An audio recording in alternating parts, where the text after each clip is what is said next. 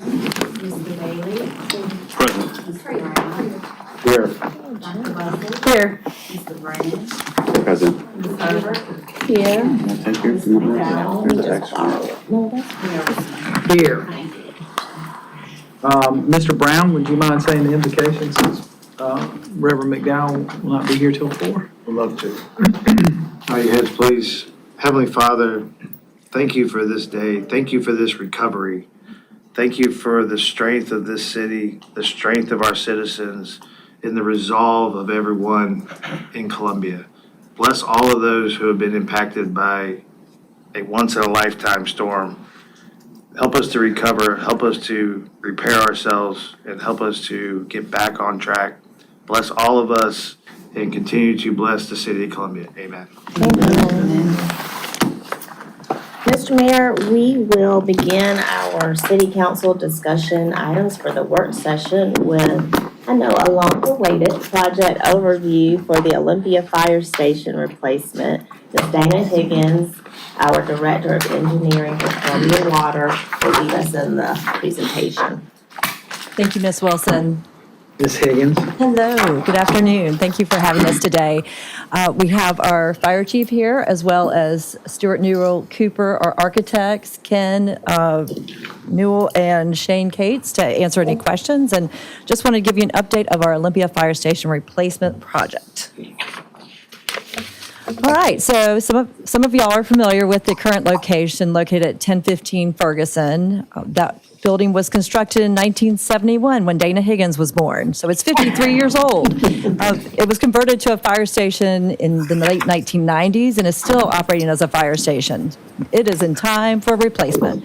We have purchased a piece of property at 126 Bluff Road, and we are currently working on the new project. So the current status, it is located in Council District 3.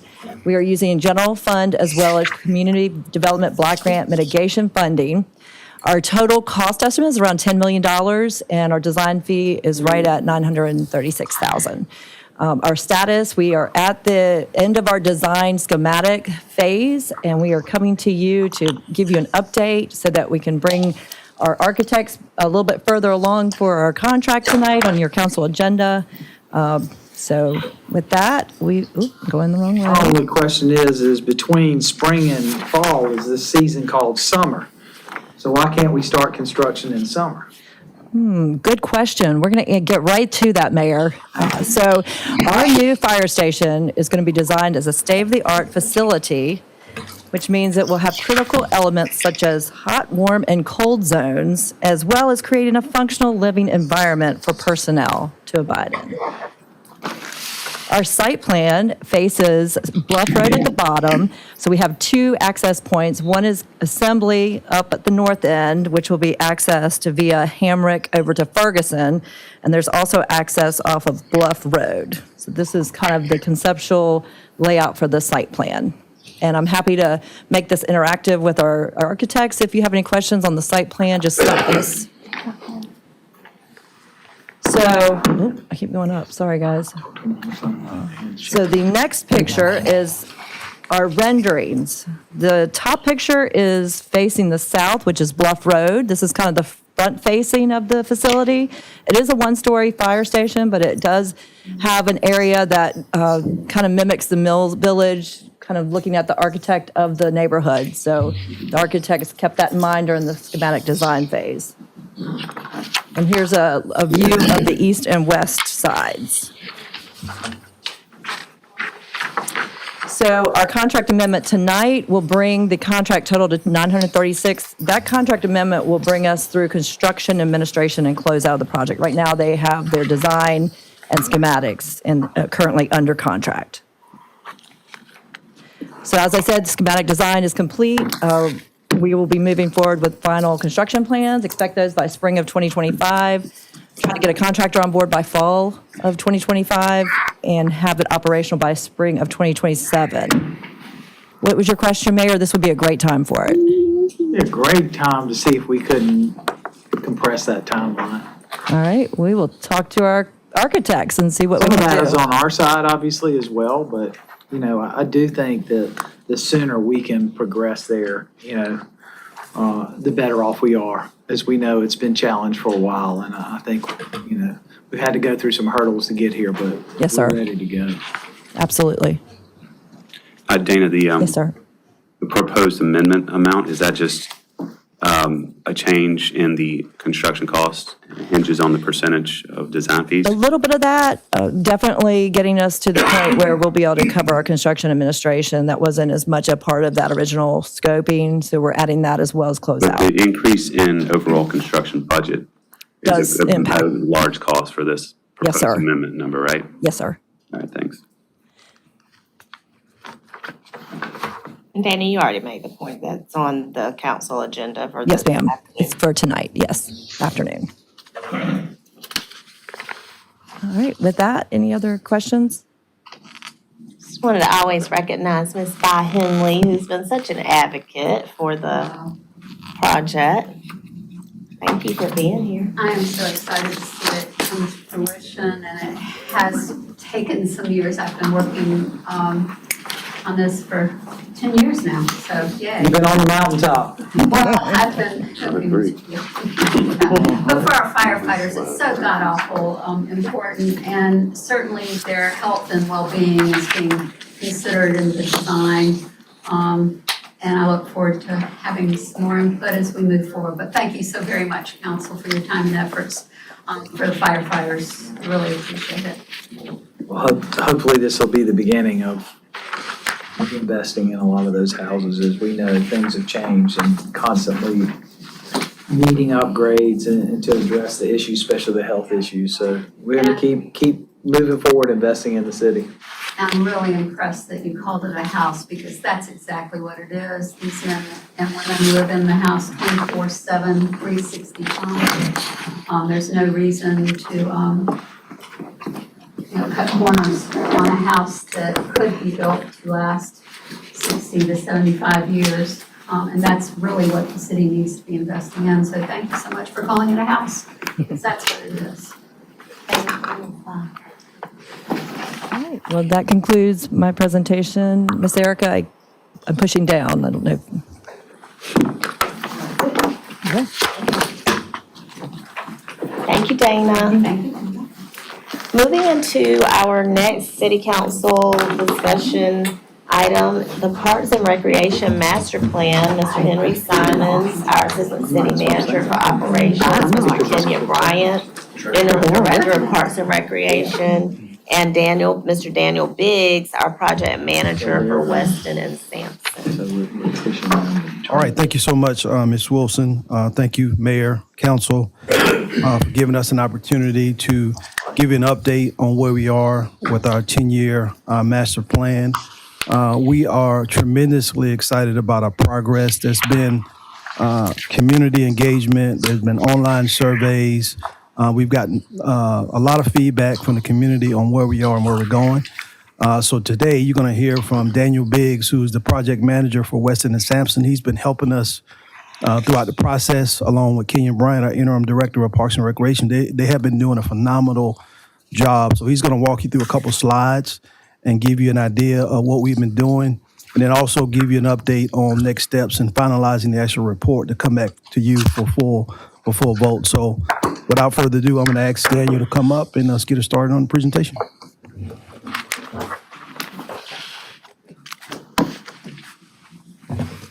Good afternoon, everyone. Great to see everyone in person this time. I've had some technical difficulties last couple times, but I'm happy to be here and give you an overview of where we are with the master plan. If I can get the... Problem difficulty with you this time. down arrow. Down, yes. Is it going? Cute. There we go. So we're going to run through a couple of things here, just on where we've been and where we're going. Eventually get to initial recommendations, some themes. And I first want to just share with you not so much on what our goals are, but just a reminder that really we're looking to have a strategic plan for all of the parks and recreation throughout the city. We have the objectives you can read here in terms of having a sustainable facilities as well as programs. We want to engage and have opportunities for all residents of Columbia. Really just have this a sound plan for the next 10 years. Our plan has been very inclusive so far, and we look to have that throughout the process. We've had several meetings, and many of you have been at those presentations where we start with getting initial input, feedback. We had meetings at each of the 4 districts met several months ago.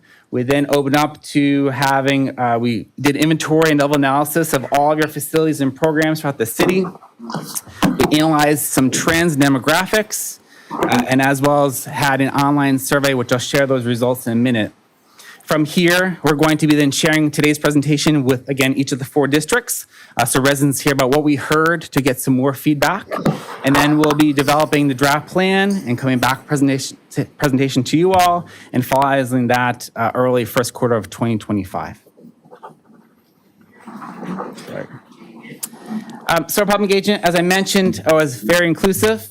You can see everything that's in black or dark at the bottom is what we're going to cover today, but we did have the community meetings with a fairly good turnout, and we hope that that will continue through our next presentations. So recently we did have a youth survey, teen survey. I'll cover those. Those are a little fairly informal with those youth that we did have engaged in the recreation program over the summer. And as you can see here, we had an online survey with nearly 1,100 responses throughout the city. And that's what most of my presentation is going to cover today. So the youth survey, Recreation Department hosts a summer camp or a summer program.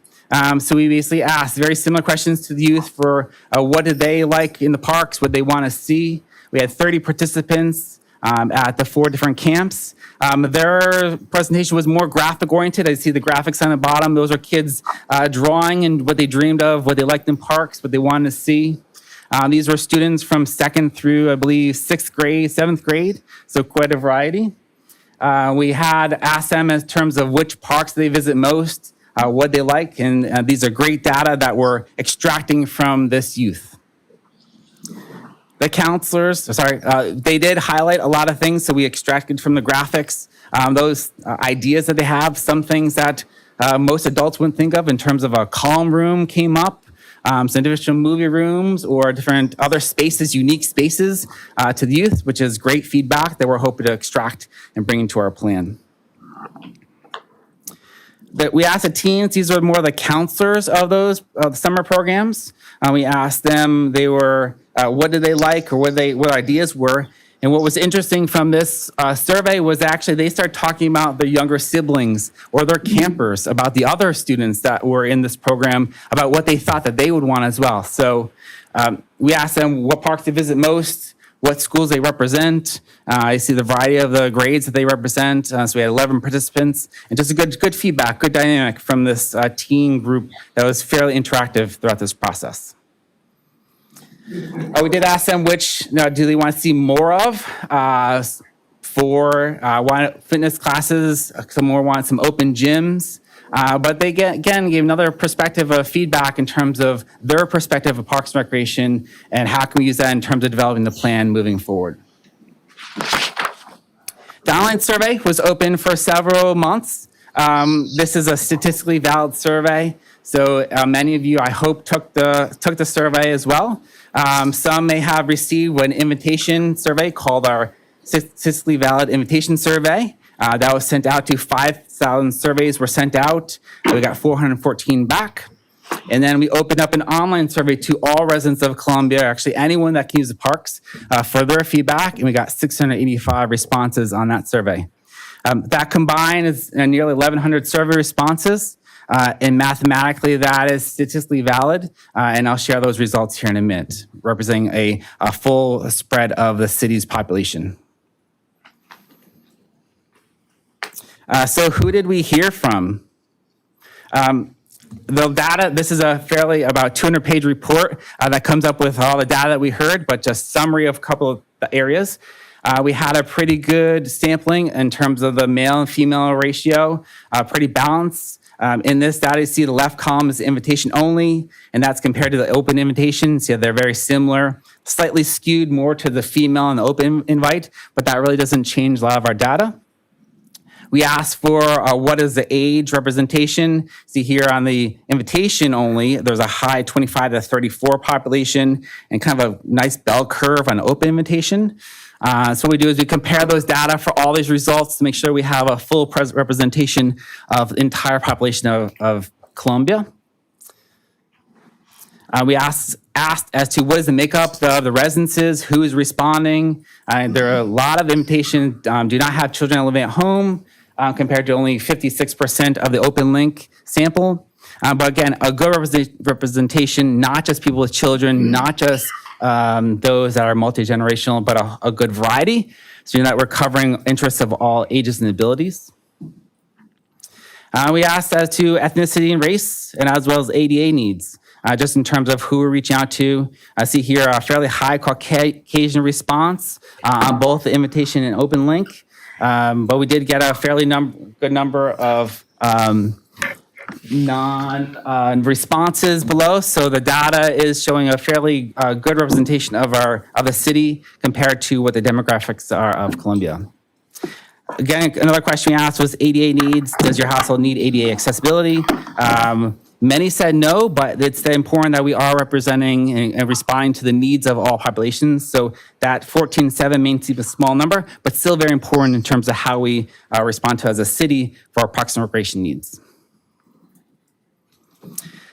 This is a little surprising, but it's a good data point. Most residents have lived here for 20 years or longer. We're getting to the people that are here, as well as we're also seeing some newer generations moving into Columbia. So it's great that both sampling is showing equal in terms of responses. So we are hitting those that have used and those that want to use Parks and Recreation in Columbia. Finally, we did ask where are they located, which districts within the city. See here, it's a pretty even spread across all the districts, so we weren't overloaded in one. We did have a number of residents in the open link that did not know what district they necessarily fell into, but I think overall looking at the spread, we have a good coverage, so we aren't loaded in with one or two districts of the entire city. We asked questions on current usage, who's using it, and how are they using it. Again, there's a lot of data here that I'll share with you all as a report out and just cover the highlights here. Most residents, in summary, are frequent users of the Columbia's parks, which is great.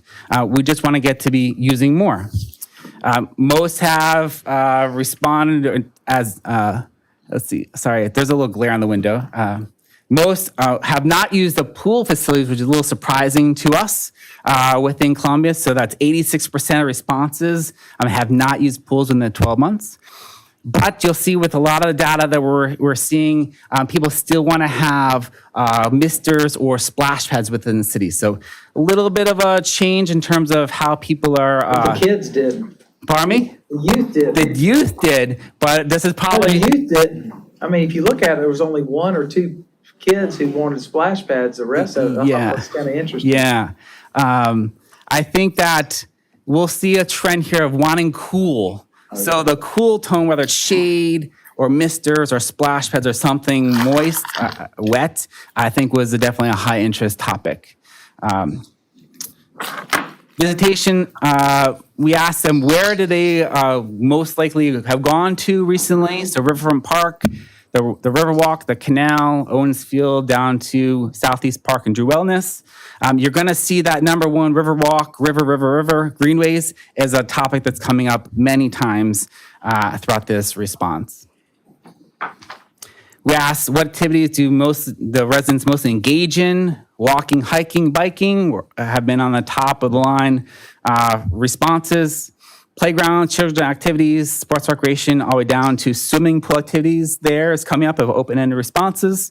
But the least common but notable activities have been kayaking, water activities, pottery, art classes, and other art-related activities. So it's not saying that those aren't important, but they're just not coming up as frequent in terms of responses from the 1,000 so responses. We did ask how satisfied are residents of Columbia's parks? It's good to know that most are very, very satisfied in terms of the responses, and the highest satisfaction is parks and greenways. But I'll show you this data point here shortly because people want more. They want more greenways and more trails.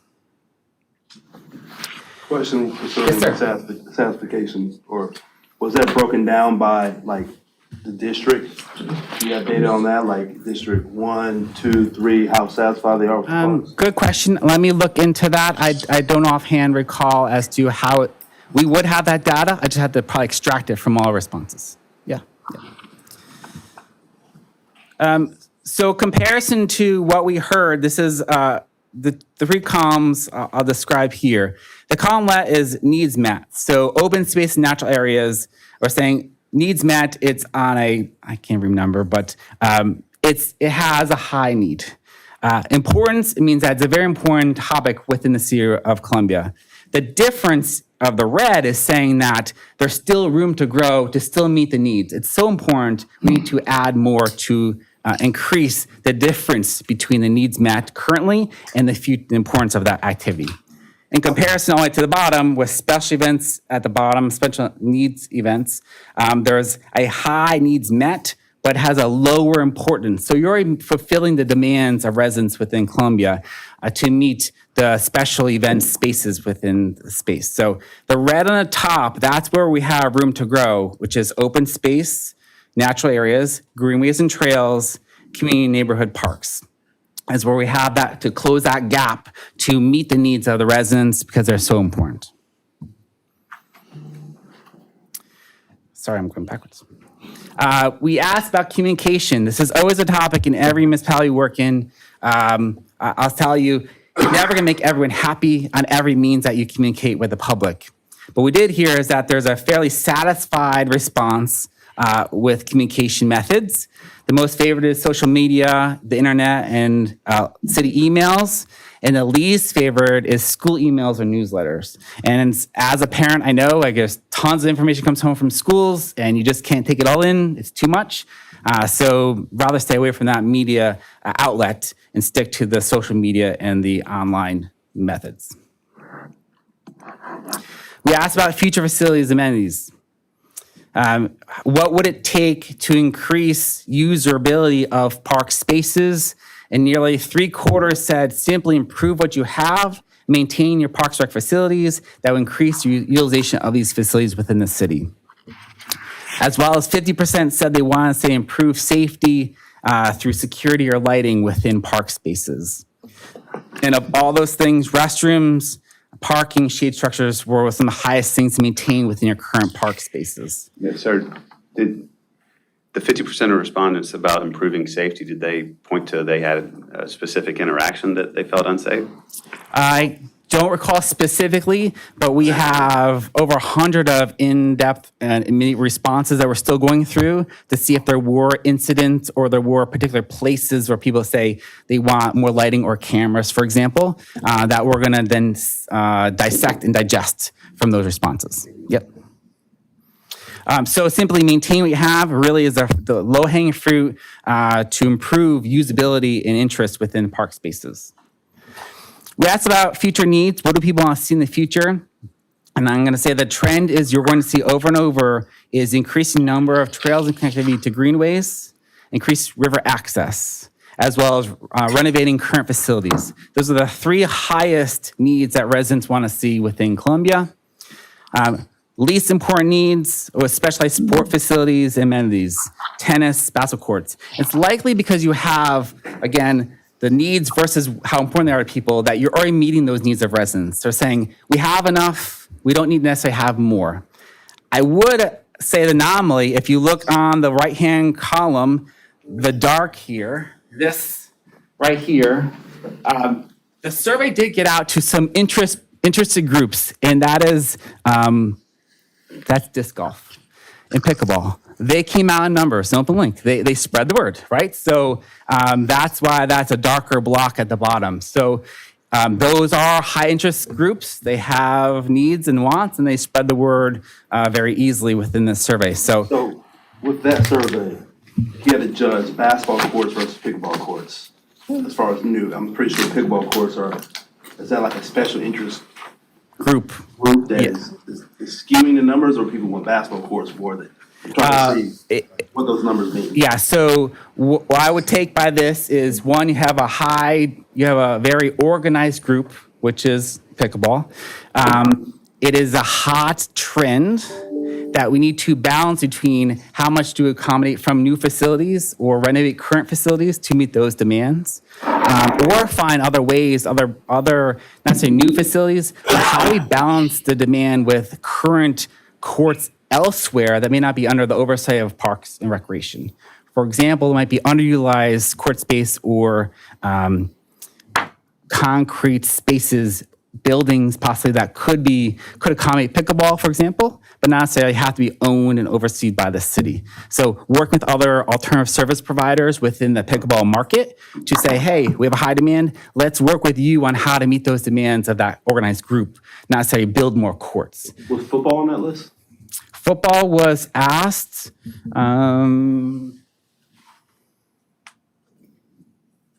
I think it would be add additional athletic fields. Okay. Football was a topic, but did not come very high, if I recall the numbers.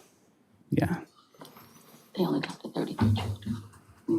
There's only 33 children. Any other questions? Good. So we asked about future needs. We asked about future addition expansions of facilities. Again, top priorities ranked in order: greenways, trails, farmer market, better maintenance. And those trends coming on and on, all the way down to education, Which environmental. is interesting nature because spaces. we got a good score on maintenance and facilities, yes. but yet it comes in the top 3 priorities. People will always want more and better, because you might just have that one park that got missed the mowing of the week. The trash can just happen to not get picked for whatever reason, but people remember those moments. Or going into a bathroom, right? We all know the bathroom. Am I gonna go back or not? And so people will always remember the condition of the bathroom. How was it? Is it outdated? Is it fresh? And that's the memories people have. And that will carry through. So I would say 90% of the facilities we work on, maintenance is always on top of the list, because people always think you should be doing better how they would do in their own house, which is a pretty high bar. We asked about financial choices, just to understand how sensitive are people about the fees that Parks and Recreation currently has. And most said a moderate fee increase would not limit participation at all facilities. So this is all within reason, saying a little bit increase is not necessarily be a problem. But I would caveat in saying that how you fee structure of your program should be upon the different user groups. For example, if you're having an event that's open to the public, it makes sense to not have it charged to be free, because that's the offer sometimes. You should keep it that way. I think that having your specialty programs where it's to a very unique group, very specialized, like a one-on-one training, should not be free. That should be that's a commodity that someone should have to pay for, because that instructor cost is a cost to the city. So it's balancing those costs is very important to how you interpret this fees and levels of participation. Wes, if someone if they had $100, how would they spend their money? Again, top of the list, people want to see about a quarter of their money going to greenways, river access, bathrooms, and pathways. So people are more willing to saying that's where I'd spend my money, and that's where you should too as a city, but not to say that everything down on the bottom list should not be spent on. So people did spend their money, but most of it was those top items. In the middle is kind of, you see pickleball court, fitness equipment, splash pads. So getting, say, $4 to $5 or so of their money go towards that. But we had a pretty good interest in terms of greenways, which supports all the other questions we're asking. Again, pickleball, disc golf, very organized group. They kind of pushed the numbers up. They said they'd spend way more money compared to the general population on those two activities. So overall, we have some kind of themes we're starting to come with. This is leading to recommendations of the plan. I'll talk the high level connectivity accessibility you see is definitely a topic I've been reiterating a couple times. Safety and security, this goes all the way through lighting, police presence, kind of working through how's that work in our park spaces, maintenance and upkeep. So obviously resurfacing courts, updating your playgrounds or your splash pads, general cleanliness, just overall improved maintenance is a theme that we're hearing or we've seen. Park amenities, where appropriate, adding, whether it's new restrooms, and that's caveat in terms of outdoor restrooms we heard a lot of. People want to make sure they can get to restrooms from an outdoor space, not to go through the rec center, because sometimes those are closed on different hours of the day. More splash pads. It says public pools, but again, I would caveat that. It's not really pools, it's more water play spaces, water play areas to cool off, and more shaded areas, definitely for park amenities. Recreation activities and facilities, as well as community engagement and communication. So those are all topic areas in terms of expanding options, expanding programs within the park spaces. People want a wide variety of opportunities. You offer a lot already, but really including pickleball, disc golf, sports fields for various sports for a wide range of users.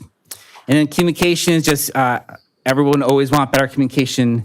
Everyone wants everything at their hip in terms of how to hear about news, events that happen in the park spaces. So increasing that within the different media methods. And in summary, I can just say that most residents were frequent users of the parks. Trails, greenways, open spaces were of most importance to the responses. And there's always room for better communication. They prefer that through website or the internet or emails, e-blasts. People always want better maintenance, but that mostly focused on the restrooms, parking and shade. Increasing number of connections, parks and greenways is important. And finally, greenways, trails is the thread of where to spend the money, where to expand, and where to add to Columbia's parks and recreation facilities. So, quick question. Yes, sir. So, one of the things that I think we should be doing is to have more smaller in-town type green spaces. Kind of traditionally, when we think of a park, we think of a big area, it's got multiple different things. Pocket parks. Yeah, like when you go to, you go to New York and they can have, a park can be a half a block. So how does that fit into this plan? Sure. So in our process, we're getting the community feedback. We've also went and assessed all the parks, all facilities, and we're completing what's called a level service analysis, where we're measuring distance between communities and park spaces from a walkability standpoint and connectivity standpoint. So the old method was you have 1,000 people and you'd have 100 acres per person, right? Fictitious number. There's a metric using, but it did not relate to where are those parks located within a city.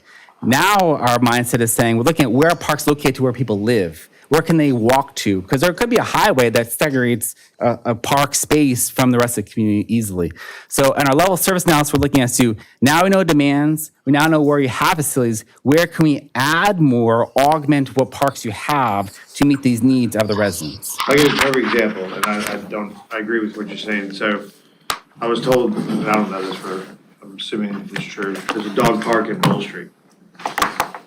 Well, if I live in a Vista, I'm not going to Bull Street to take my dog to the park. I want to walk out of my townhouse that doesn't exist, or my condo. Sure. And I want to walk about a block and a half, and I want to go to a very small, kind of oriented dog park, and maybe there's a kid park, and maybe there's, some connectivity with the trail to another park, and, so I think I'm looking for us to take this to that next level where we really lay that out, so people, you might take this group of this, and then you might get more of that when it comes to the input. So I'm not saying that this isn't good information. I think it's really good information.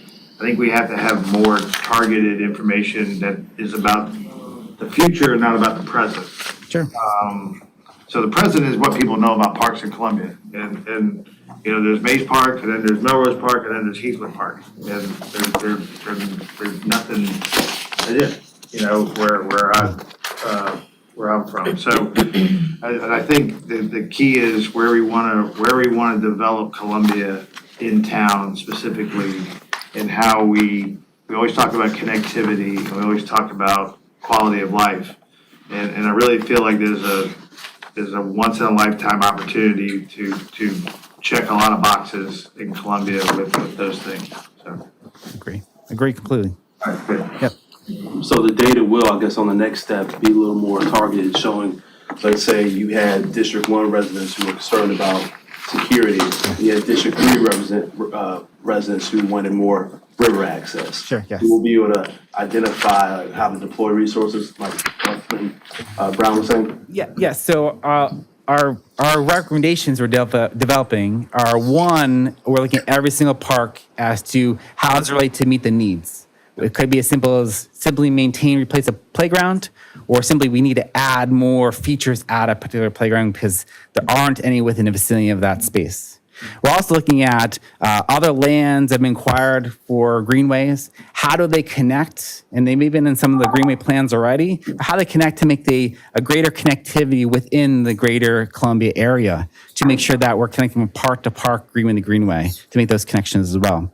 Now, back to your question earlier, I do want to look and see if we can digest out the data as to did we hear more focused security concerns specifically in certain districts, if that's possible, to know here's the parks that have a greater security concern, for example, or a maintenance concern, and really extract that out because that will lead to our priorities. That should be a higher priority need to meet those needs.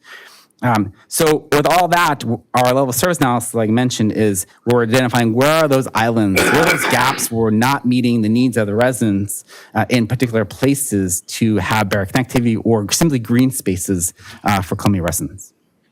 So that is our next level. There's way more. The lift is now on us to do the next step, which is recommendations.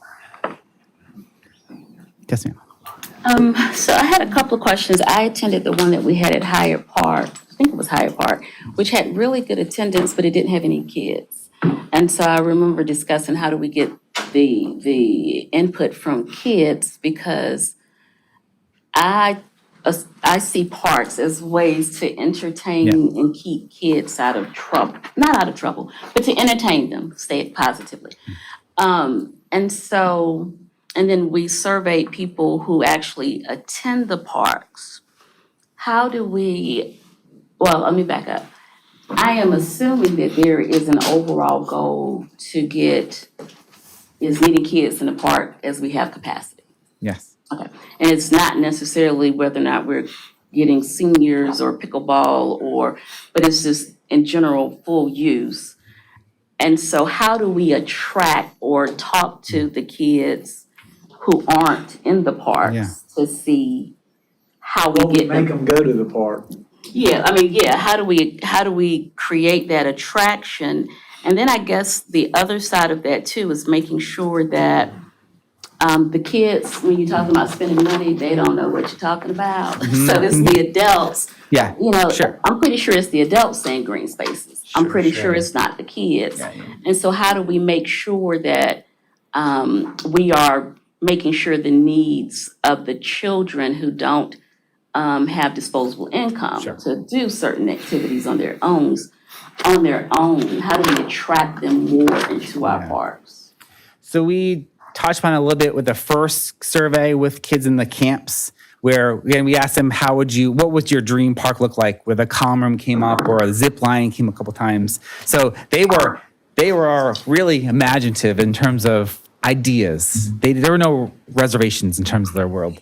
But they came out with some pretty extensive ideas, from dog parks to a zip line or climbing walls, indoor play games, movie spaces. So that was a small sampling that we did get from the youth survey from the summer camps of where kids were engaged. We can work Kenya on this too with the opportunities to engage that population.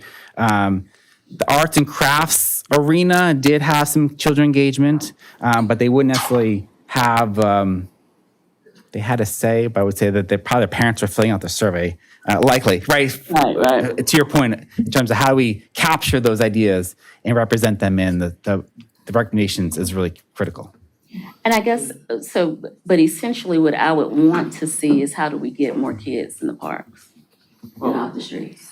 Is there an opportunity possibly for us to partner with the school district, to possibly do a focus group? Like where the kids have to go to school, maybe go to a gym class and have somebody lead a discussion. And they can get good feedback on whether they want a pickleball court or they want a state-of-the-art football facility. Yeah.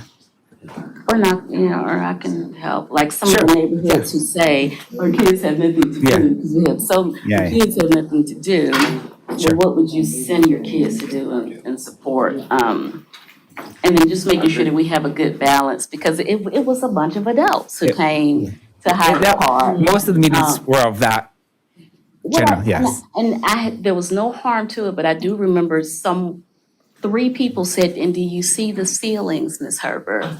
The ceilings need to be repaired. And my initial little young child thought was, who is looking up at the ceilings? No, I mean, but just from a perspective of, that is in fact correct, we need to fix that. But the bigger picture of getting folks in here, to me, was kind of like my takeaway from it. Okay. If that makes sense. Well, that's, I figured to really engage the kids was to go to our summer camps because we had so many that were attending the summer camp. And the great thing about our summer camp is that we do have neighborhood kids who attend, especially those enrichment programs like at Lower Park and Pinehurst.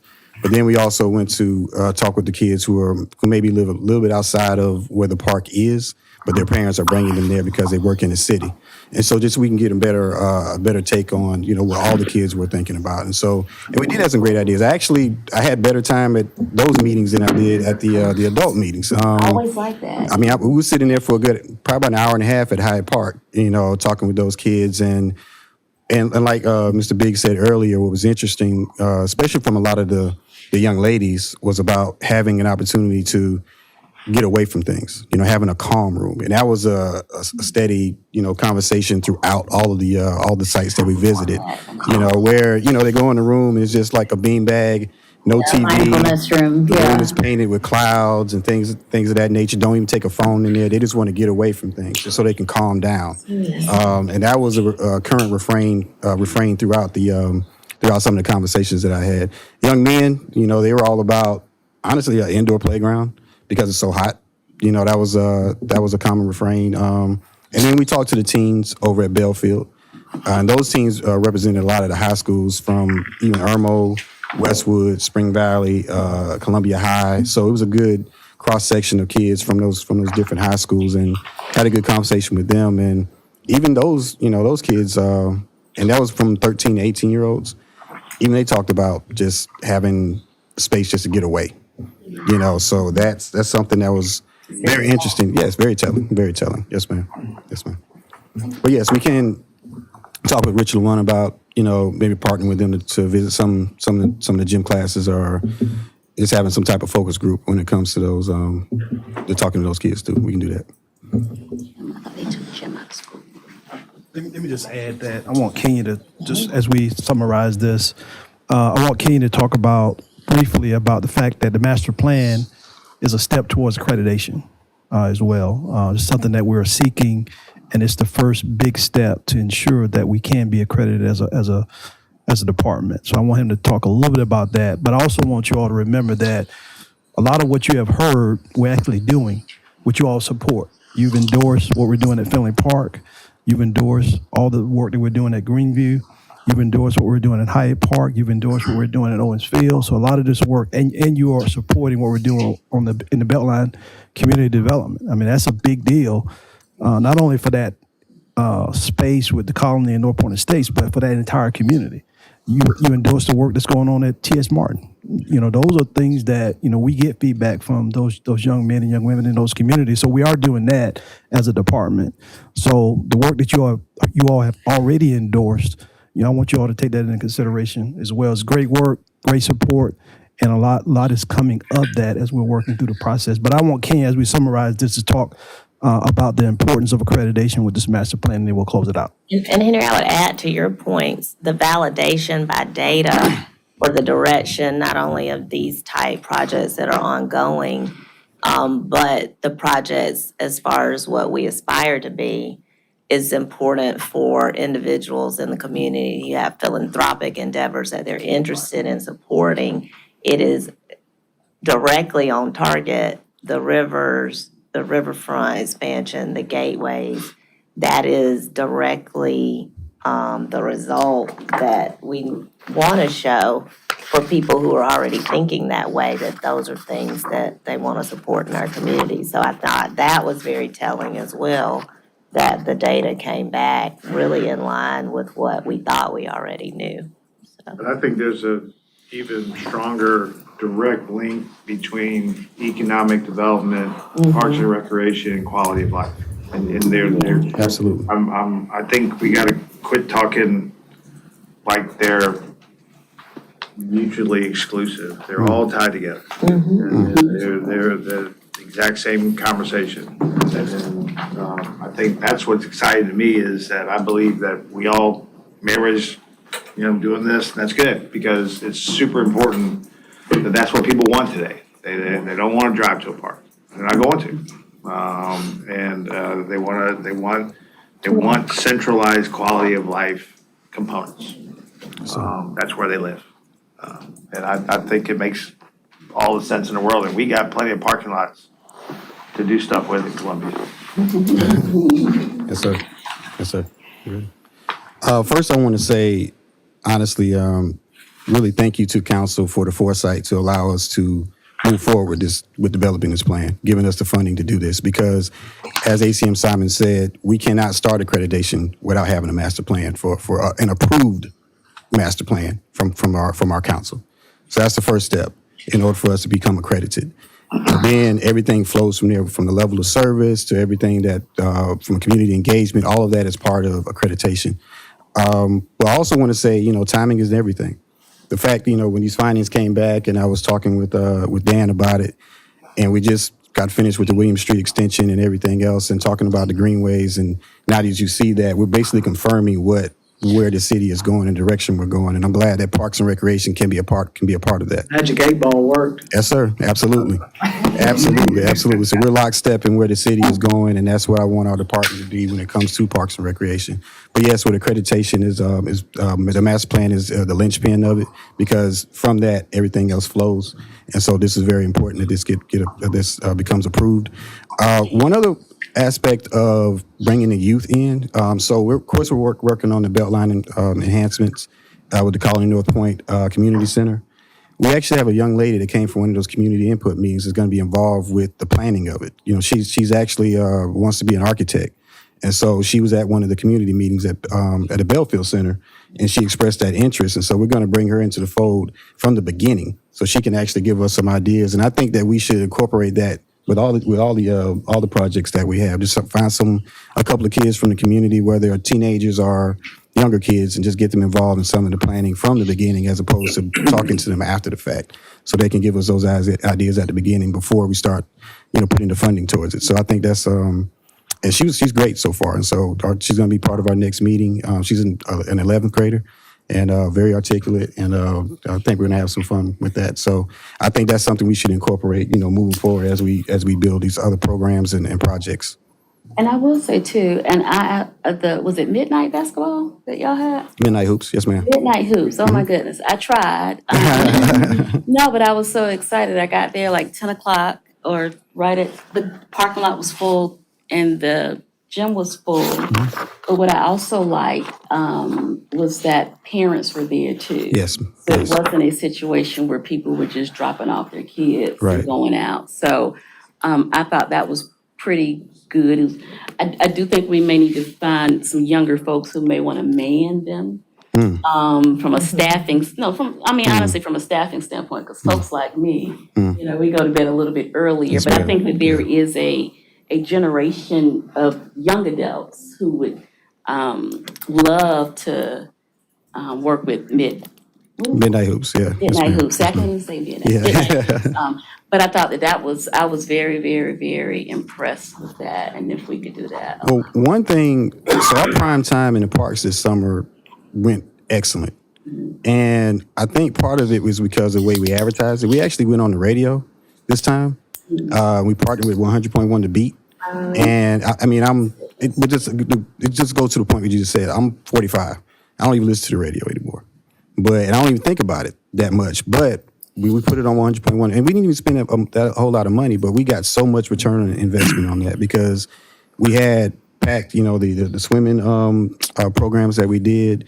We had over 60 kids there, and usually in the past it might have been 20, maybe 15 to 20. But I think getting on that radio station, but it got the parents involved too because they were there. They were calling us. Right. They were calling us saying, "Hey, I think we had a storm that weekend, or whatever the case may be. Are you all still having that?" And they were dropping the kids off and hanging out. And so that Midnight Hoops was a result of that too. So I think it's how we speak How we get the word out. which is what you're talking about with Yeah. the master plan. We maybe just call the radio station up and see what we can do with that. Maybe put the word out that way, or because they have their own social media that hits straight to that target market, which we have our social media, but it's a little bit different. So it actually hits that demographic a little bit more. Mr. Brennan? Kenya, how are we currently working through our priority list for Parks and Rec facility upgrades? Ooh, that's a great question. A lot of it is, well, right now it's been honestly council driven, I would say, just to be honest.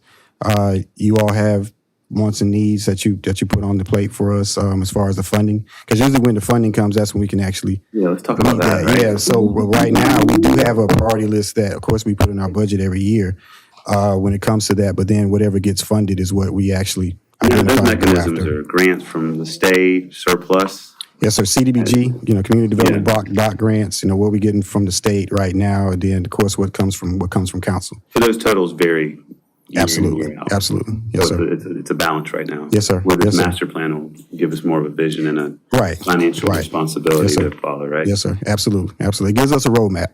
It gives us a very good roadmap to follow, and it gives you all a roadmap to say, okay, this is the next thing we need to fund or figure out a way to fund, or for us to find some grants or whatever the case may be. Now, what's happening now with CDBG grants is because the demographics are changing, that area is getting smaller. Hyatt Park used to be a CDBG, area. It's not anymore. So T.S. Martin and that parts of that 29203 area still meet that criteria, but it's getting very, very small because of just the changing demographics that we see. So places like Heathwood Park, Mays Park, anywhere in that Shandon area, there are no grants that we can look for that meet that demographic because of the income. So how do we identify those parks? Because they need work too, very much so. We know Mays Park needs work. Heathwood Park needs work. We I know. went back into the park yesterday, just took a long look at it, and I was like, looks a lot like it did a long time ago. The basketball courts need to be upgraded. The playgrounds, yes, sir. But You that's know what? I will say one thing. It was full of people. They love it. They love it. They It was, they love it. It was, and that should make us want to invest in it even more. Well, it says that in the numbers, and you look at the satisfaction of our parks, it's very high, but they still want maintenance, right? So we have to improve, but the people still want to be in our parks. I mean, honestly, when I went out Friday after the storm and did an assessment of all what's going on with the fallen trees and everything in our parks, people were out there having a good time. Climbing on trees. Man, please get your child off of that. It's not a jungle gym. Trees. Yes, sir. Yeah. Well, So we're at having a Mays good Park, time. the tree fell into the park. Yeah. It didn't fall out of the park. Right. I think some of the grants too and the determination also, first and foremost, prioritizing is also about life safety issues, ADA accessibility. And sometimes those can drive the funding as well. Sometimes we can have grants for those things. Absolutely. The bathrooms we just did what were the three parks we did bathrooms? MOK, Hyatt.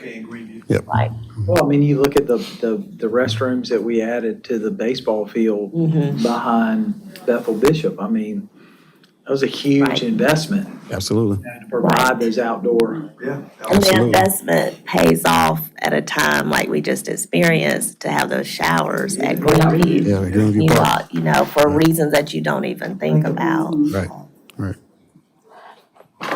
Oh, so I guess the other question I would have is along the lines of what Mr. Brennan was saying, as we incorporate, we're not forgetting any of the current priorities as we develop the 10-year plan. Absolutely.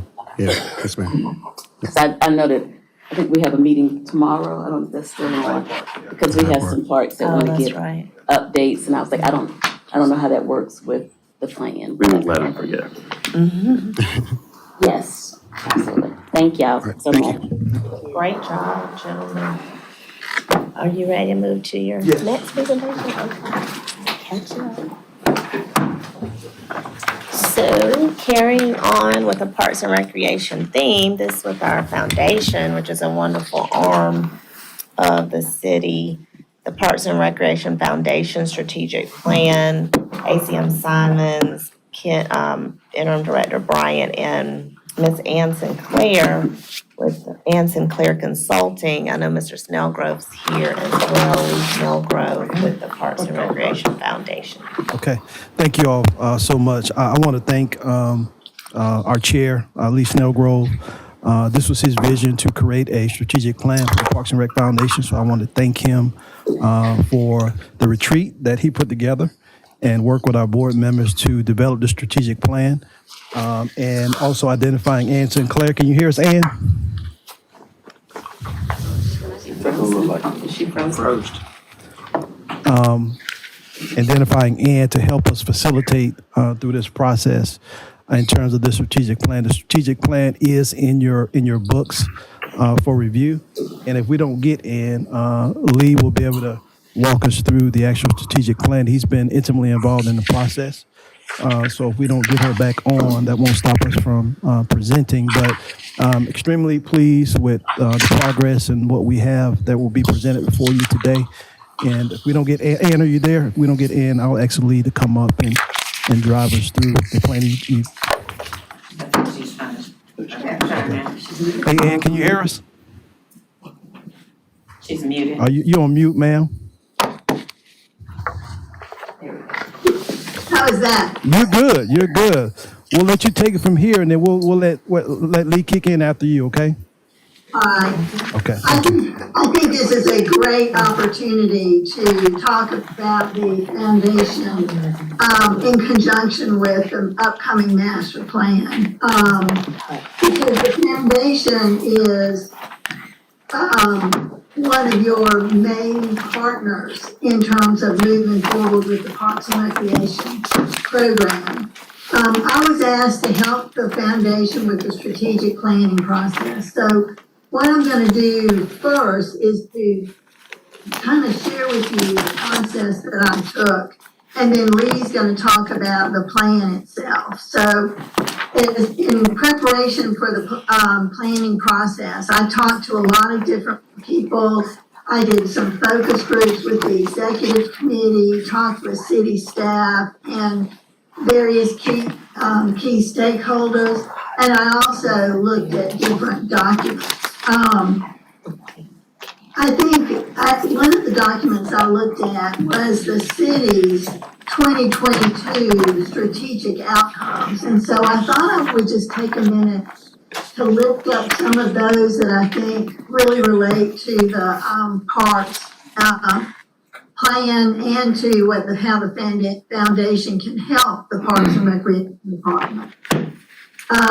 There was building recreation infrastructure, ensuring safe communities through youth activities, beautification and appearance, and strengthening our vibrant community. So these were things that you wanted to do in 2022 that I think are still valid now. So I talked with different folks asking essentially what are the strengths of the foundation and what are the weaknesses and challenges. And again, my focus was on the foundation, not on the Parks Department itself. But the strengths are the board of directors, the relationship with the City of Columbia, the city staff support that is given to the foundation, and its successful projects. Weaknesses that were lifted up during the process was the lack of a clear vision, limited board engagement, perception that the foundation is a pass-through organization for funds, lack of a designated staff person, and lack of an annual appropriation. So based on that, on the input that was given during this process, there were several key issues that were, came forward that then were used during the planning process. The foundation was encouraged to be strategic in its thinking, to establish priorities, to position the foundation for federal grants, which kind of goes back to what was just discussed earlier about different grant programs. Continue building the board, and to strengthen the staff support given to the foundation. Since it is a group of volunteers, with additional staff support, they would be able to do more to support the parks program, particularly in terms of generating revenue. So that was in a nutshell of what we found during the process prior to the plan. And so I'll pass it over to Lee to tell you what the foundation did with these ideas. Thank you all for having me here today. Any questions for former Councilwoman Sinclair before we talk about the plan that you have in front of you? So after all that process that she led us through, the Parks Foundation Board spent a whole day together talking through this and working with city staff to learn a little bit more what was going into the master plan, what they were seeing, what they were hearing from the public, how the Parks Foundation could really benefit. And we've put together the strategic plan that's in front of you, and we've essentially approved this as a board at this stage. You'll see there's a little bit redefining of the mission of the Parks Foundation, just maybe a clarification of what had been the mission for many, many years, but really a simplification to get at something that we can actually say to people. But the mission is to promote and cultivate vibrant public parks where communities connect. And it was important to us that it have the word parks in it and make sure that it was a place where people were coming together, because that's what we think parks are. There were really only four goals to it, so it's pretty straightforward and pretty simple overall. The first one is really about our role in raising money. As you heard, there's obviously needs, there are things people want, and we think the Parks Foundation is a key part of helping raise that money for the Parks Department and the programs that the Parks Department carries out. We right now, I think the money raised by the Parks Foundation has largely been in the grants that are put to the Parks Foundation, but we're not doing a lot of raising sort of capital or fundraising dollars ourselves as a foundation, and we can improve that process. And so we've kind of set a goal of ourselves of getting to about $50,000 annually that we're raising through different events and activities. Specifically, we'd like to potentially foster our donors better, either through the website and through special benefits and other things, because we do think there is an interest of people in the public to give to the parks, and we are the best mechanism for people to do that.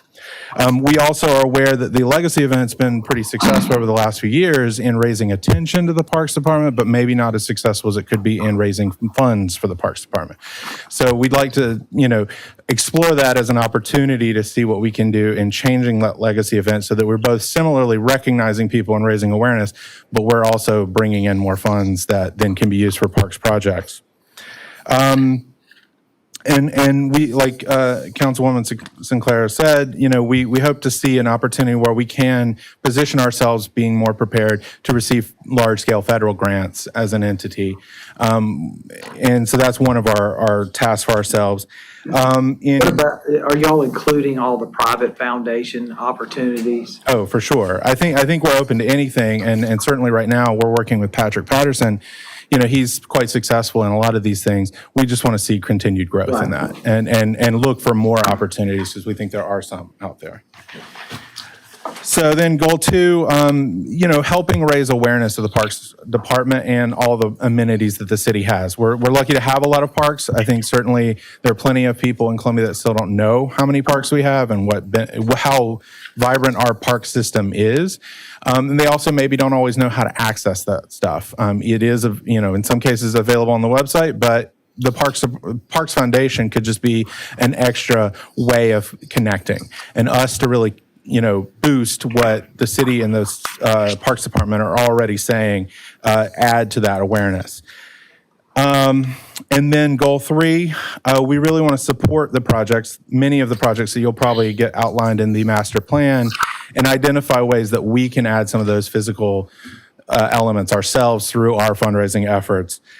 We also see an opportunity, there was something discussed many years ago, but it never came to fruition, about an Adopt a Park program where we think there could be better coordination, and maybe the Parks Foundation could be an opportunity for helping with that coordination in working with neighborhood associations or working with different interest groups that have an interest around a certain park to adopt that park and see that it's kept up and they can identify Colorado issues. did something like that, and they had a call to action for a certain park, and they found out that people had just this affinity for this park, and it was on the list, but it wasn't moving as fast as they wanted it to. And I think they told me they raised close to $400,000 for that park with no donation greater than $1,000.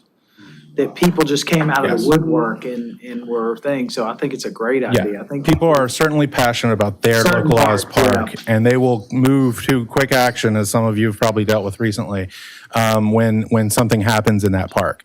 And we can help be a conduit for that, a better place, a good place for information, not necessarily a better place, but a good place for information, and a way that people can get involved in their park. People love getting involved in something successful.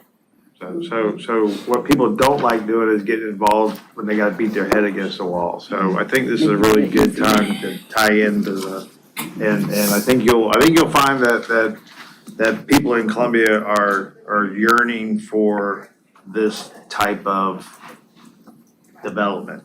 And when it ties into, it's quality of life, and they're gonna buy into it. I mean, they really will. Make it easy. Yeah, make it easy.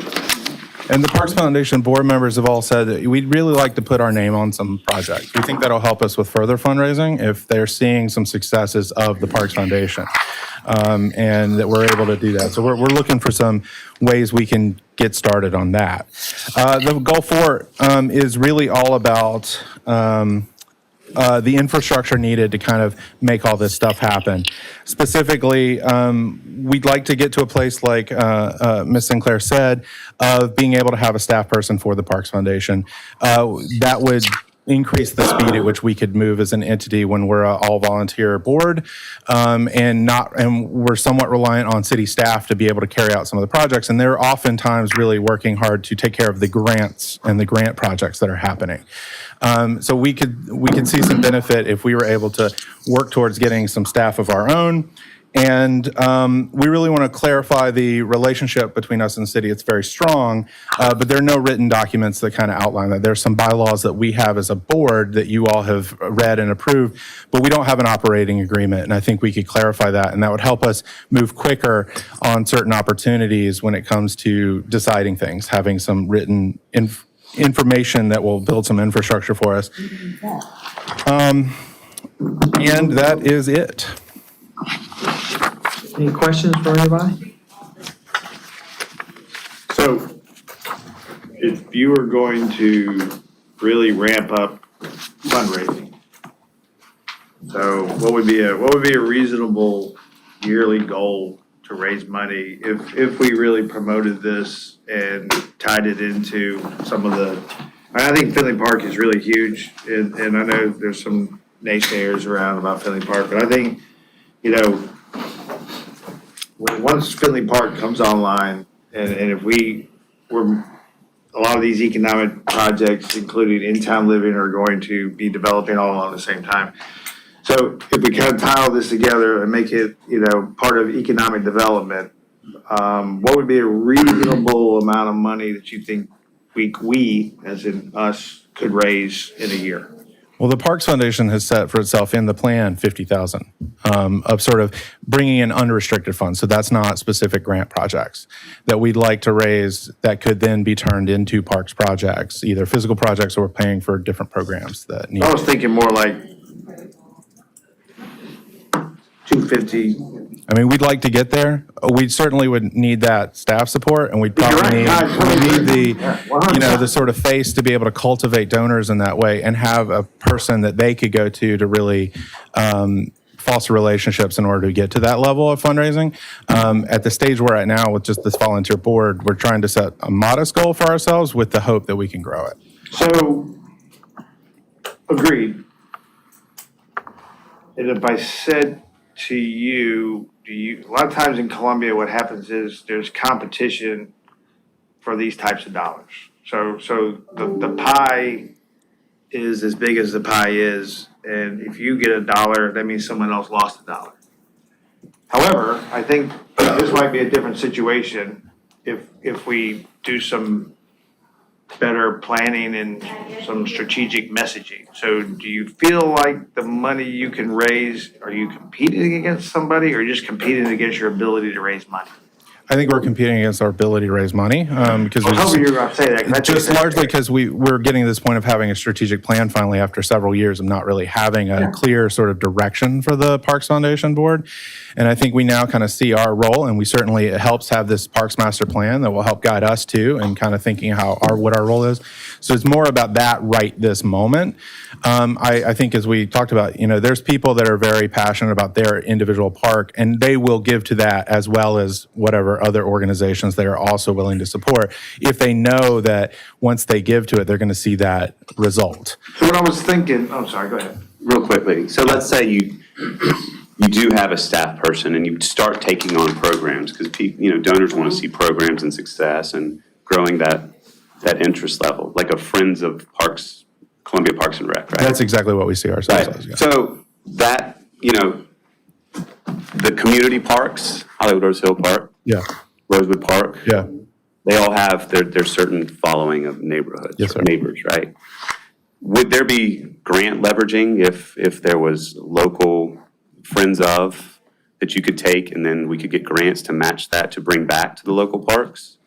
I'm just throwing out Maybe. conceptually. Yeah. I don't know. But I think Right. the most important thing that you and the foundation can do is create these programs on how to bring citizens together for, what if it's a rotational park cleanup every 2 weeks at a different park, something like that.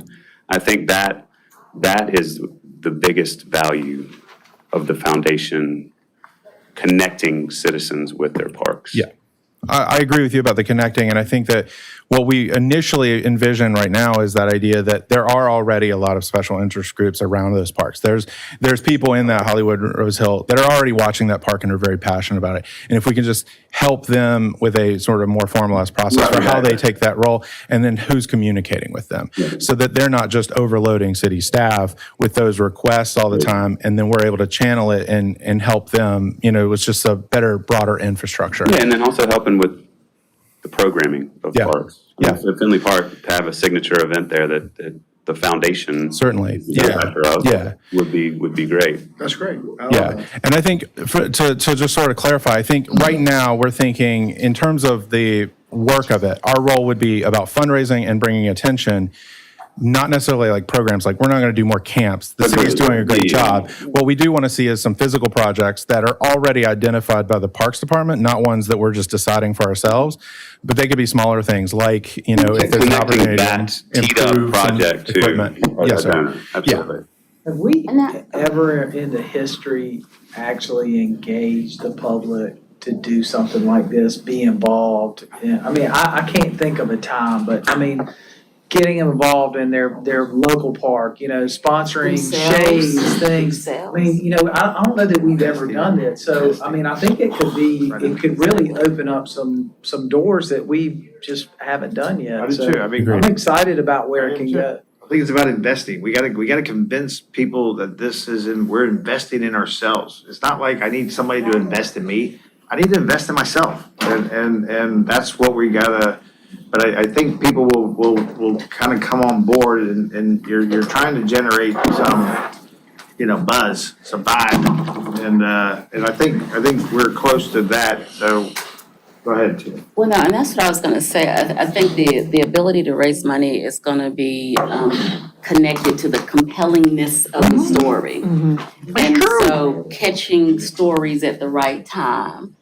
And Finley Park, which may not normally be I have my own memories, but there is something about the timeliness of it that makes it more compelling, be a part of this once-in-a-lifetime thing, as opposed to our ongoing things that we have asking for money. So I do believe the key thing, making it easy for people to give, but a compelling story anybody can tell. 100% agree. And forward a link and like, read these 4 sentences and get $50. So trying to find something that's compelling about what we're doing. I'm telling you, I think the compelling argument is Columbia's investing in itself. And what we're doing is we're working together in a collaborative way to invest in our communities, invest in the future. And what you're doing is. You're not gonna It's a check little yet. bit, Well, no, but it culminates in your name will be on, like, there's something, it took us this many years to do this. But but anyway. It's kind of like, Y'all can but it's craft kind of like it. this, the concept that this is our time, Yeah. and we're not what waiting. you're trying to get is people to I wanna be a buy part of into it. that this is Yeah. our time. I want to be a part of the Yeah, I want to be growth. part of it. I want to, and most people don't like raising money because, number one, it's hard. And it's not, it's not, they do it the wrong way. They do it under the wrong pretense. The pretense that they have is somebody has money, they should give it to them. And that's not the way you raise money. You have to get them to buy into what you're doing. Because people don't like giving money for nothing. So I think you got a good story developing, so. I make a quick comment? Sure, of course. I happen to have been on city council when the foundation was started. And it was always thought that it would be this, opportunity to bring people to the parks, to connect them.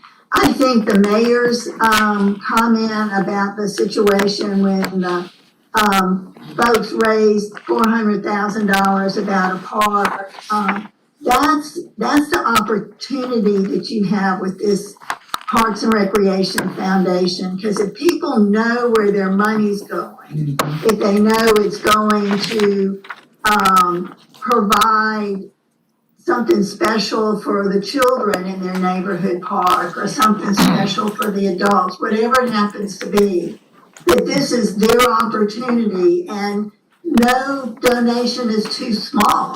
And so it's something that becomes doable. I think that's what the foundation can bring and partner with the Parks and Recreation Department to make dreams come true for the neighborhoods and for our whole community. I think a simple thing is just through our website. It's through our website. There's no donate button.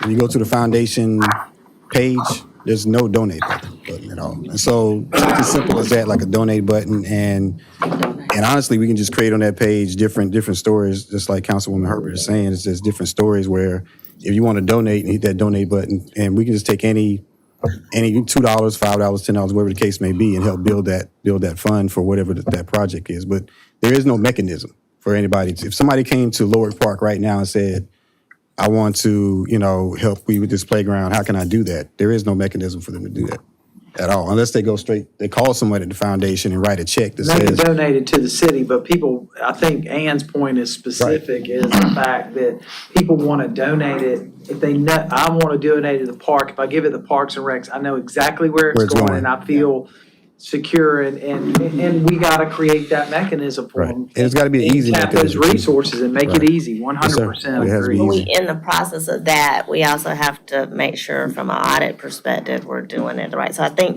I think we are set up now with the foundation purposefully for those reasons, but we'll have to talk about any other, process-related things. That's not to say we can't figure it out and do it, but that's always a concern as well. Good, thank y'all. Thank you. Thank you Thanks, so Ann. much. Thank you, Thank Ann. you. Bye. Okay, what is next? Number 4 for discussion, our gateway signage update, the final design and placement, Mr. Robert Anderson, Public Works Director. Robert, you able to take a break and stop moving trees? A little different. I would like to say that I heard Parks and Recs talk a little bit. I'm hoarse. I wonder why. But if you guys need some trees at the park, just give me a call. You can drop as many off as you want the next few days. We're looking for a place, so. Anybody want to get into the firewood business? Open paper. Robert's got you. I used to call it pulpwood up in Fairfield County there. If I was a younger man, I'd be out there chopping that stuff up and selling it, but. Shopping carts. So we're gonna get right into this. I do not think it'll be a long presentation. We have picked you never know. Robert, you never know. We have actually picked the final sign and the sign design of what we're looking for. We hope council likes this. This will be, pretty much the standard sign. It'll actually have at night, it'll be lit. There's a little difference between the standard sign and the secondary sign. The secondary sign actually doesn't have the plant material in front of it, and it's a little bit smaller. So that would be what the secondary sign would look like. This would be what and I'm gonna tip this, the tertiary sign would look like, that our sign shop would make in the upper right-hand corner. So we can mass produce them for a lot of the smaller entrances into town that we can make and put up on a very quick With note. the one that we're printing in-house, could we play around and see if the city of Columbia text can be a little bigger? No, yes, I think we can do anything. And I think a lot of that will depend on some of the sides of the sign. Okay, got it. So I know there's one coming across the Jarvis Clapman Bridge that is, I don't know how the mayor found it, but we got it, so. He just rides around and finds. Look for signs, okay? I am on the sign because there's so many outdated signs and stuff across the community. We're trying to find them before you do now. Better when we take it down. So I think our biggest discussion today, if we can agree on the sign, is actually going to be locations of the Do we have to sign. do masonry? Do what? Do we have to do masonry? On the bottom? Yeah. I think that would make the best for the planter. As opposed to, Yeah, what would be the other option? I mean, I'm just gonna tell you personally, I was hoping we were gonna put up signs that look like the Hope sign, with letters out, say City of Columbia lit up like that. They're more modern looking. That's, to me, masonry, and that's outdated. That's just my personal opinion. That's why I'm wondering if you took the masonry away and you kind of made it look a little bit lit up a little bit more from the bottom, it wouldn't look outdated. I guess I would start with this, and let's start at somebody's favorite sign, which would be Elmwood. That's the first one for sure. Would be Elmwood and Bull. I think the problem we have is the elevation is gonna be so much different, where we're showing this sign that's, got 3 brick. We may be 10 brick high on one side and 1 brick or 2 bricks high on the other because of the elevation of the land. So I think you've got to have something to cover the front of that sign to make the elevation look right. Yeah, I guess I was just thinking if you had that, the sign itself is very modern looking. It goes with our logo. It's the brick that just it seemed to me in the way the planter, but if you just had plants or grasses planted around it to cover the height, so you can adjust those based on the style of plant, which would give you the base. It's just my personal. What Daniel's saying is that it makes it look like a bank. Okay. I guess that is a great way to put it. What I'm saying, that's what he's saying, it looks like a bank. Can the plants cover the brick so that you still have the right, I guess what they're always also concerned about is, making sure that we're doing something that's gonna withstand every location and elements and be sturdy and all the things. I mean, I don't know enough about it, but could you have it that way, but you don't see the brick because it's covered with beautiful foliage or? We could look at something. We'll do something. Okay. That would be my only thing. I can I think find that was a out. great example. It looks bankish. That's what I'm saying, that's what I'm saying. And So we what spend so much time in that right, logo. we want it to be. It looks so good. I was gonna say corporate, but bankish is it looks like a bank. And there's nothing wrong with banks other than that we don't wanna be a bank. You know, we wanna be this open community. Well, when I Jeff, see He it, doesn't like the He wants vibe. to, Jeff wants He to be a doesn't like bank, the the rest vibe. of us don't wanna be a bank. when I see Yeah, that logo on our white trucks, it looks so Good, I good. know, right. Well, white, Ms. Councilwoman Herbert said white brick, would that be better? What is it that you said looks so good? The truck. When you look at our White. trucks with the logo on it and it's the white, it's clean. God, it just sticks. It does. Well, I was gonna say something similar that I'm not, okay, so, and since I do this for a living, I'm gonna take this opportunity to. That's what we were waiting, that's what we were waiting It on. seemed like you were holding back. Yeah, we were so waiting you're on it. You know me, I don't like being pushy. I'm just kidding. All right, so what I also don't like Put the is big sign up. we call this clear space. So the clear space around the actual logo, in my opinion, is not enough.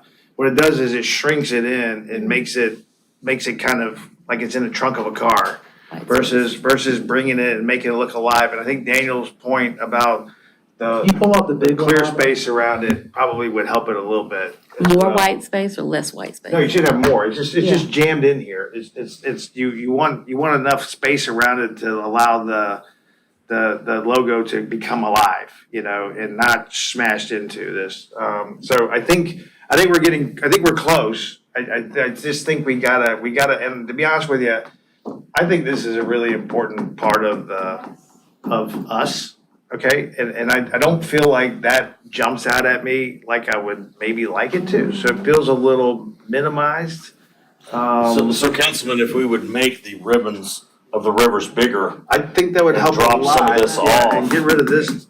I like the idea stuff. of looking at white though Yeah. too, That's what I'm or saying, like we would have more white around it. and it city would- manager was saying, like putting the plants all in white. front of the brick so that that's like kind of there in terms of leveling it out, but then, you're not looking at Hide the it. brick. Yeah, you're like, All white. Well, that's what, I think that's what I'm saying, I think if we, I mean, I'm with Daniel, Take that out, yeah. get rid of that, okay? And now, and I'm just gonna tell you, when the sign gets hit by a car, the brick isn't gonna help anybody. We got a question from over No, here. not a question, may I make a comment? I don't know if it's inappropriate to ask, It's but all I'm good. asking. We're all one big family I here. was kind of thinking, why not up on post, so it's kind of elevated, and you could it could break away if, God forbid, somebody hit it, and that would reduce liability. And then it would be up there, and it would be on its own, and you can have that material underneath. What we call that a lot of times, and They did that on one, we need to give them a DUI. well, what we do a lot is, we wouldn't want air in there. So, but what you could do is just have a base. So you can have a white base that comes up to here, okay? So think about the whole bottom of the sign is white, okay? And it doesn't, bricks just, it's just unnecessary, okay? Because it's expensive, and when it gets hit, you're gonna be rebuilding these signs all the time, okay? Versus, so you have a base that comes up to here, then you maximize these bands, for lack of a better word. Yeah, and then what you do is then you raise the sign up and you add some clear space around the logo, and you got a sign. Any thoughts on the bands going all the way to the end? Yeah, I'm not quite sure how that happened, I thought about that too, so I'm not sure if that's. is that anything or not. a Oh, way that it design. was branded, that it ends Yeah, short? that's what I'm saying, I'm not sure if it's a design effect or it's just, it is what it is. Yeah. So I'm okay with, I like the concept of them coming there, but I'm also okay if they don't. So if they go to the end. Yeah, although they kind of match each other. But anyway, we're close, we just need to tweak this a little bit more, and we want somebody to drive by and say, wow, not, Definitely. wonder where the ATM is. So, just kidding. All right, so let me take it back to them and we'll do something. The locations, I think, they're a great start, and the locations that you shared are the the larger signs, correct? The 6 that you've identified? They are. I do think there's a couple questionable spaces on the other signs. You know, one of them, and it's really difficult when you start looking at Columbia, how to cover this. You know, of course, one of them's at Harbison, but then one of them is setting at Hugie and Elmwood Split.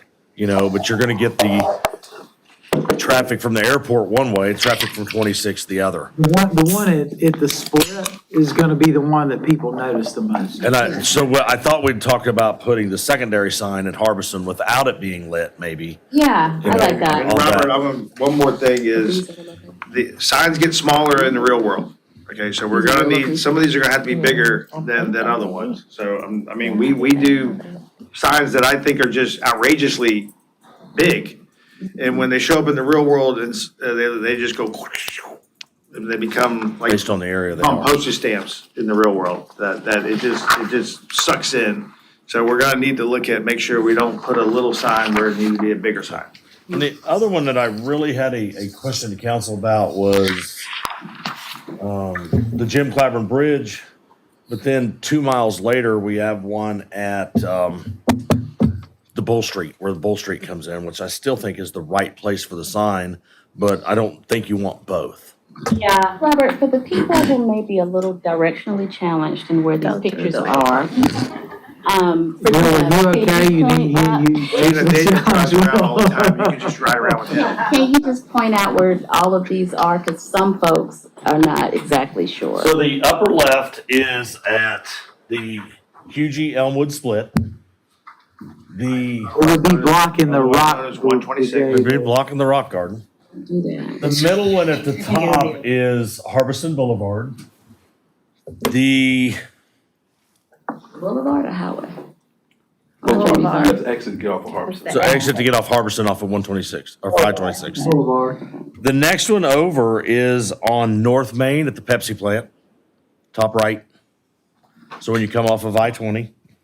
That's where like the big gas station is too? No, that would be Fairfield, I believe. This is the Pepsi plant. Okay. The We have 9 gateways, so. bottom left is at the Jim Clyburn Bridge. The next one is a little difficult. It's actually on Garner's Ferry Road, but it's out towards is it American Pasta Way. Back out in there, there's a Hardee's out there. And then the bottom right is at Bull and Hardin Street Extension.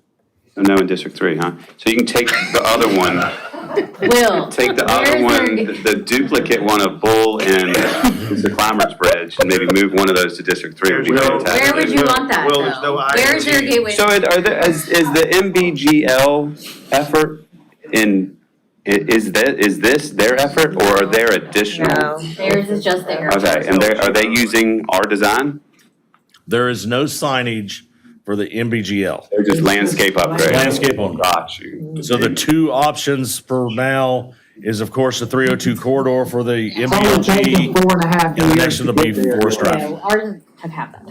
Good, we'll look around All District of 3. But I Okay. do, What about like Midland, I'm satisfied. where Garner's Ferry changes to, or Divine changes to Garner's Ferry and Midland's Tech intersection and going on down that How way? about Forest Drive at 77? That's a good one. That's District 4. I'll You're take not it. helping me here. I'll take it. That's what I'm I talking got about. nothing either, so I'll But take it. can we go back to your question about the Midland, Bull when you're Street coming versus down, that bridge, the Clyburn Bridge? Yes. I do think it's duplicative and we should explore like the tertiary sign if we wanted to add that, just because we could move it to another gateway. That would be- For the other gateways that aren't as prominent, like coming off Fairfield Road or Two Notch or somewhere, we'll use the other sign. Correct. Yeah, These are just the large ones. yeah. No, I mean, I just think we need to make sure that we have them at all the gateways. Agreed, Would yeah. your preference be at the Clyburn Bridge for the main coming into 277? Or would it be more of the Bull I think coming in 277 into Bull Street, right there at that? yeah, you don't Tells have, tells a better story. tells a better story. Yeah. Tells a better Robert, story. I'm Doing gonna, Bull Robert, over Robert, you Clyburn. really, This one? you really Yeah. should come over to Cause it's like Colex. right into, you're Good going landmark. downtown. Keep driving till you see the I will sign. get it set up. I'm there, And the I'm there every landscaping there day. is beautiful, Except Tuesday. so. Plus, I want to encourage people to keep crossing the street. Okay, we will take these back if that's the preference of council and do a couple changes, and we'll try to narrow something down in another district or two. Okay, thank you. That is my side of the street. That's my side of the street. It's really 3.5. Okay. That's District 3.5. Are you gonna be okay, Will? District 3.5. Okay, I'm so sorry. You could just buy one. Aren't you, Cola- so aren't Cola, you I'll glad give you that one. I asked for? You sure? He doesn't have the, You need to be advised, you should. Our last item for discussion, item, Shop or bluff, yeah. item 5, the Metro wastewater treatment plant biogas to renewable natural gas update. Mr. Clint Shealy, Assistant City Manager for Columbia Water. Thank you, Ms. Wilson. Good afternoon, Mayor and Council. Good to see y'all. Our water is safe. We're providing service to our customers. Take every opportunity to say it. Absolutely.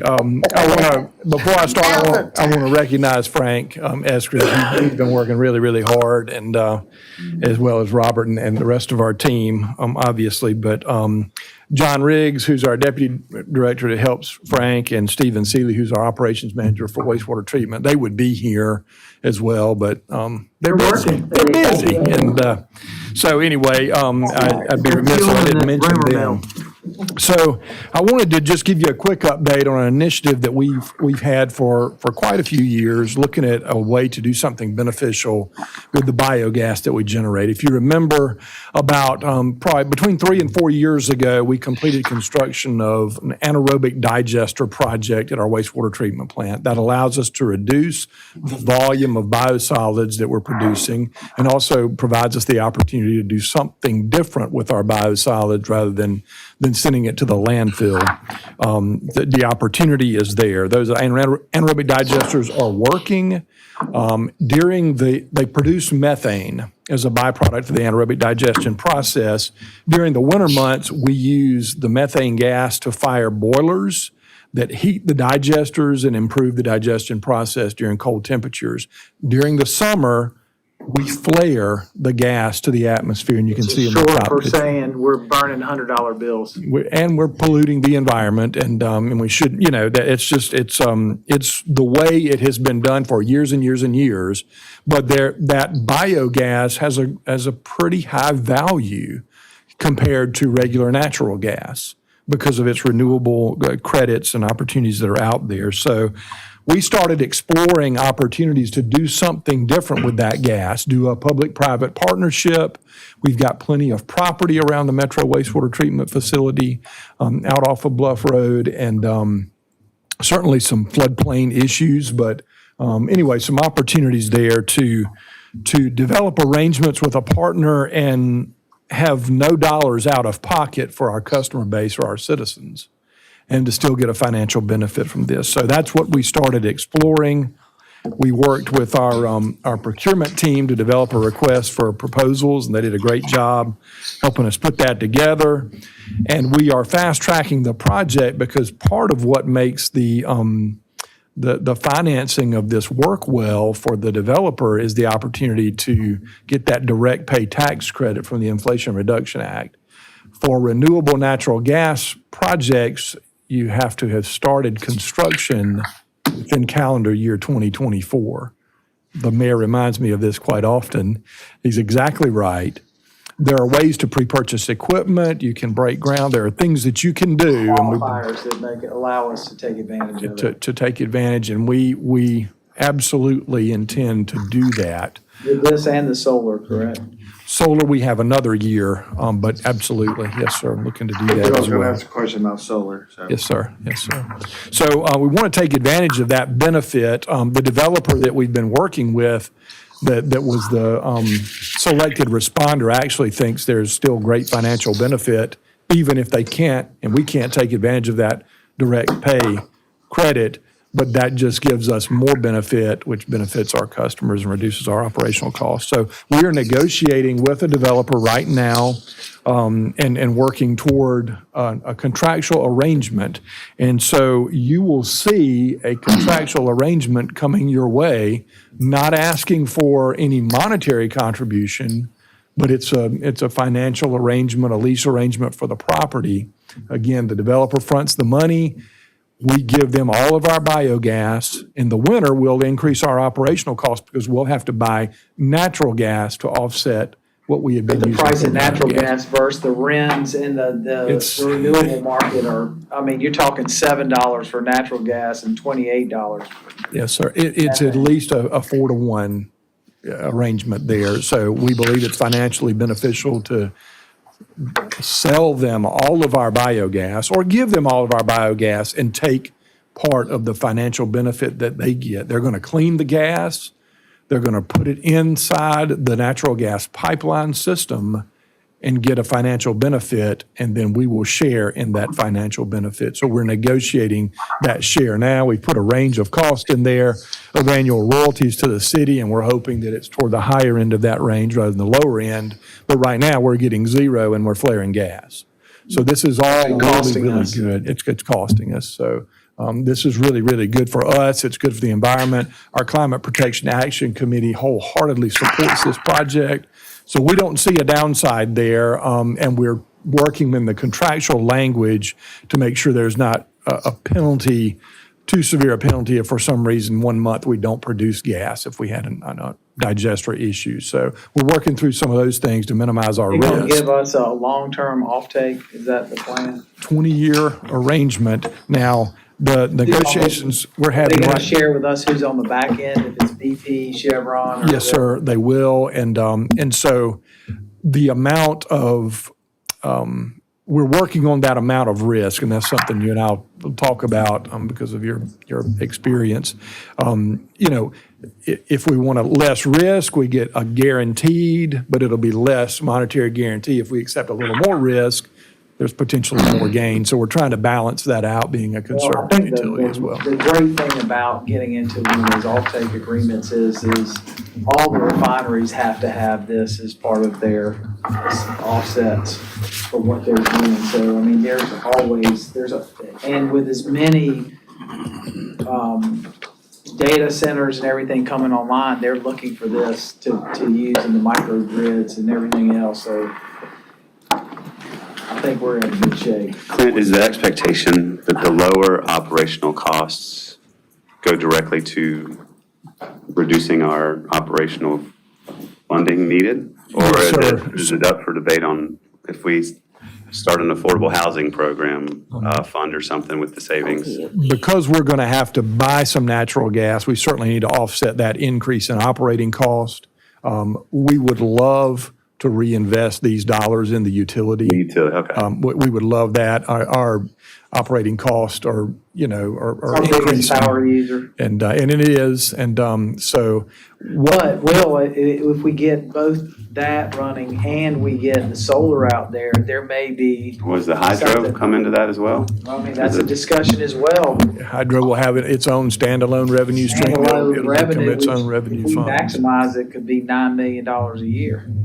I can tell you that the solar will be a home run of all home runs. Especially with the direct pay. I'm telling you, it's no. Gotta share a little bit. It gives no brainer a whole new meaning. No, I think the other thing that happens here is that you got these two pieces which help with the intermittent of the solar, number one. And the second piece is the EPA is gonna smile on us because this is what they're pushing so hard, is for us to reduce our energy needs and using these alternative sources. And I think it's gonna benefit the plant and the city for multiple reasons. I think we're crazy if we don't get it done. So my question, because this is a little new to me, where are we in the market in getting into this market? Are we leaders in this area? Are we just trying to catch it before the time frame? No, great question. So the tax credit is kind of a new thing, and but folks have been reclaiming biogas for years. Early on, they would use that as it's called cogen, and so they may have a generator, and so they would use the biogas to fire a generator to generate electricity to run some of their processes. That peak shaving, that is For the tax credits, is what has, of course, made it. Accelerated, absolutely. But putting the value of the renewable natural gas has continued to increase. And so playing that RIN market, if you will, it is becoming more and more attractive. And as we looked at utilizing the gas, just like we're doing in the wintertime to fire the boilers, man, that's a good thing. But the value of that gas is so much more than per BTU than natural Ms. gas. Herbert, in the early Yes. 2000s, Mr. Rickman. trying to be polite. In the beginning, early 2000s, when this was only available to private businesses, that's when you saw the fleet of solar. That's when Walmart invested heavily in renewables. They into CNG trucks and everything because they got that money back. Where we have, which is, and if we do this correctly, based on where the plant is, and we add an apprenticeship program to that where we're teaching somebody, we can get even more tax credits that go with that, which really reduce the cost of this. And that's the same thing with the solar. There's a great opportunity in this direct pay, but we're getting advantage of something that was never offered to municipalities, to nonprofits, school districts, this and that. So, The public sector's been brought into this with the Inflation Reduction Act. And we'll Prior to, it would not have made sense. It will, of course, be the largest facility in the state doing this, and I'm not aware of any other facility that's cleaning digester gas and putting it back in the pipeline in South Carolina. So it'll be some leadership posture there.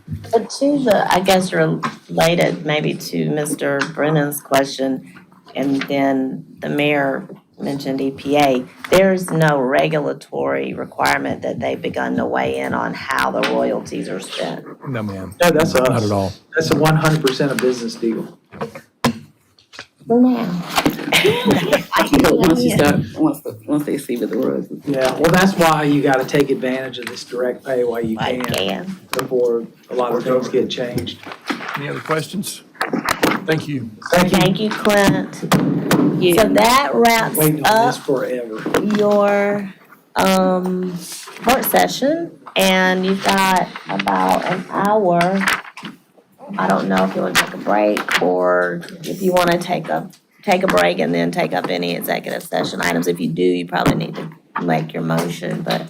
Well, you Or want to we make the can, I motion know now, or- there's at least one item, I'm sorry, Mr. Brennan, that Reverend McDowell would like to be present for, so. We need to wait for number 7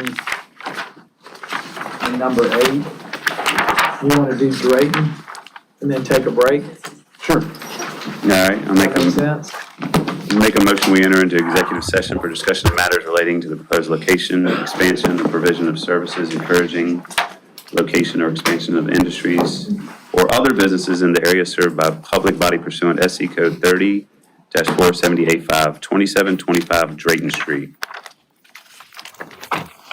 Second.